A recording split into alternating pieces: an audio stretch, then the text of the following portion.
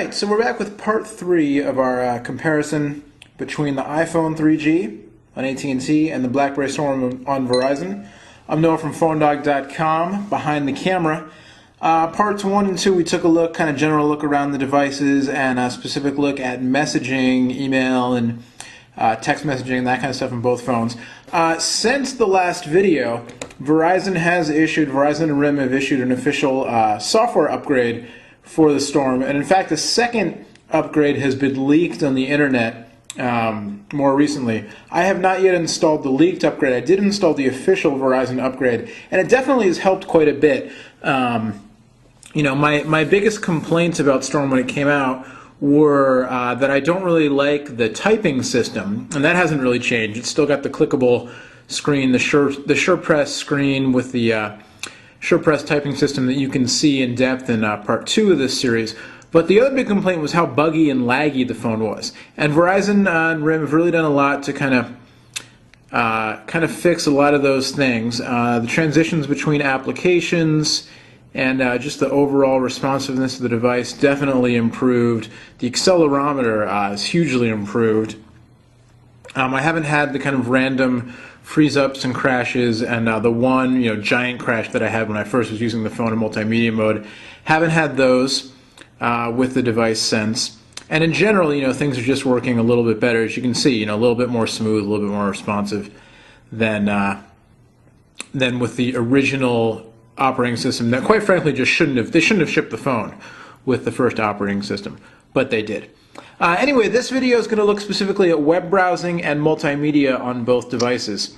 So we'll load up the Safari browser on the iPhone and the BlackBerry browser. And we'll go to PhoneDog on both sites.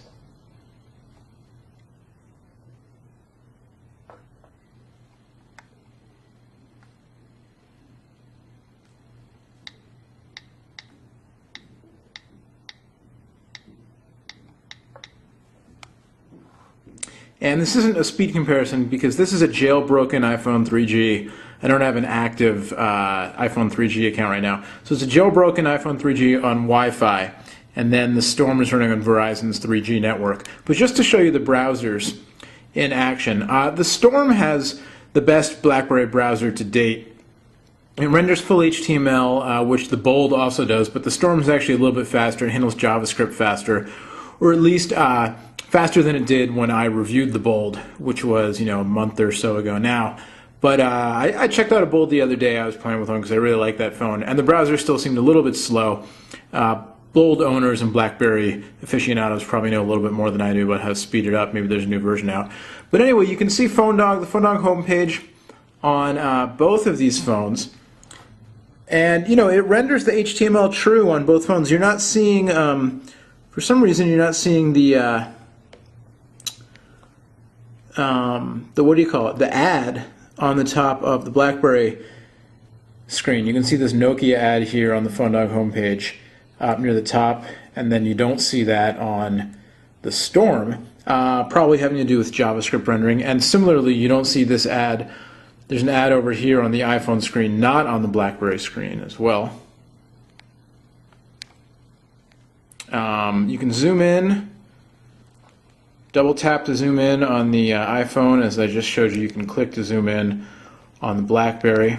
And then you've got your controls on the bottom here. With the BlackBerry, you can zoom out. The BlackBerry also, you can toggle between pan mode and cursor mode. So here I've got a cursor that I can move around to click a link, and then the link shows up. The text of the link pops out, which is kind of nice. If you're in zoomed out mode, it's an easy way to kind of get around the screen. Although it's not doing it on that link. So, still not perfect for sure. Or you can switch to cursor mode, to pan mode rather, or you can grab and pan around the screen. And then it's pretty responsive, a little bit of redraw time, as you can see, but works pretty well. With the iPhone, it's just the panning and zooming, also a little bit of redraw time, a little bit smoother on the iPhone.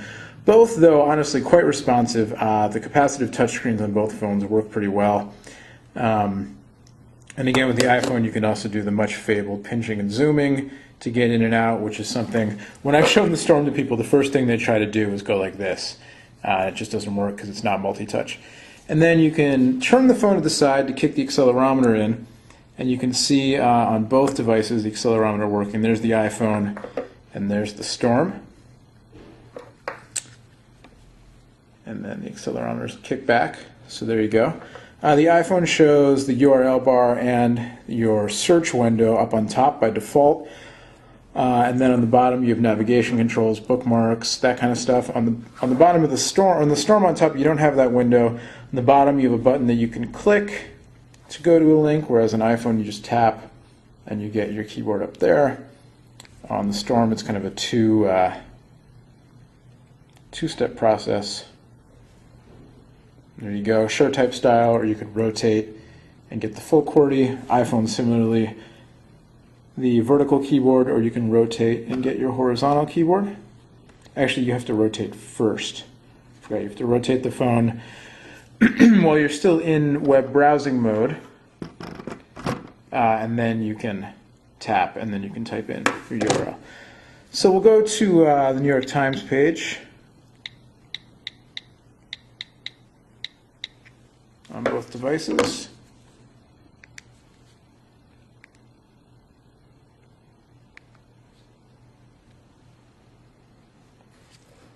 And so the iPhone is loading up the full home page, the regular desktop version. The Storm, did I just call it the Bold again? I was doing that before. The Storm loads up the mobile version.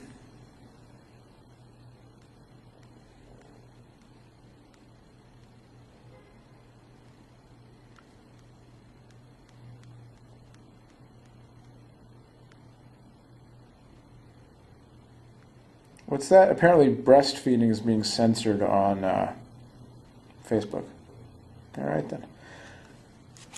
And there's your full mobile version by default on iPhone.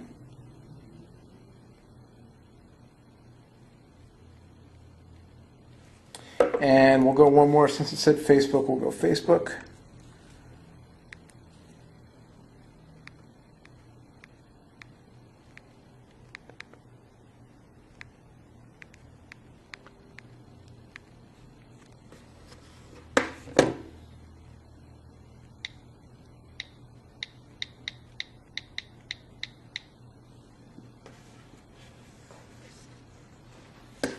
And so Facebook, you get this iPhone optimized version. You can see it automatically redirects to the iPhone URL, which more and more sites are doing. You get to the regular site, and then on the Storm, it's the mobile version. We'll go to the regular site here. And you know what I'll do is while this is loading, I'll actually log in on both so you can see. Alright, and so on the iPhone, here's the Facebook page and the Facebook homepage, and it's pretty true to the original. You know, it really looks more or less just like, oh look, some folks became fans of Phone Dog TV. You can do that too. But you know, it's looking a lot like it does in the original. That bottom bar there is not showing at the bottom of the screen for some reason, but showing up kind of in the middle, which is kind of strange. It looks like it still has functionality. You can still go to your notifications and whatever, but kind of weird that it's showing up there at the bottom. And here it is on similar on the Storm, same thing. Looks like the regular Facebook homepage. It's got that bottom notifications bar across the middle of the screen, which is kind of strange. But otherwise it looks pretty good.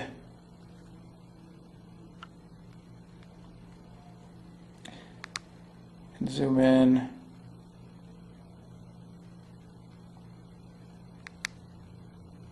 And yeah, you know, they both look pretty good. I think the iPhone is a little bit smoother, but you know, not by a whole lot at this point. Really, BlackBerry did a nice job. This is, you know, definitely this generation with the Storm and the Bold, a much better web browsing experience than on previous generations of BlackBerries for sure. So both are solid web browsing phones as far as the actual browser goes. The iPhone, a little bit smoother, like I said, and the multi-touch makes it a little bit easier to get around in certain ways. But they just each have a different gesture language, you know, I think is a lot of it. So we'll move on to multimedia, and